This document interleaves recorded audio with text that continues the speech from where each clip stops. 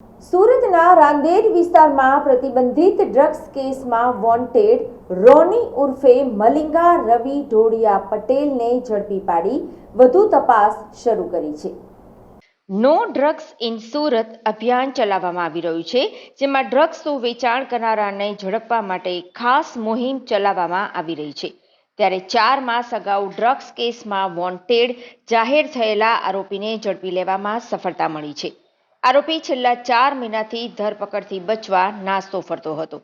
રોની ઉર્ફે મલિંગા રવિ ઢોડિયા પટેલ ડ્રગ્સ કેસમાં છેલ્લા ઘણા સમયથી ધરપકડથી બચવા માટે નાસ્તો ફરતો હતો. છેલ્લા 4 મહિનાથી તે ભાગી રહ્યો હતો. રવિ ઢોડિયા અંગે પાક્કી બાતમી મળતા પોલીસે તેને રાંદેરમાંથી ઝડપી લીધો હતો.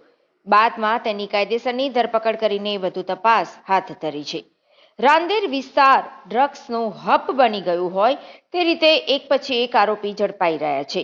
ત્યારે પોલીસ પણ સ્થાનિકો પાસે મદદ માંગી રહી છે.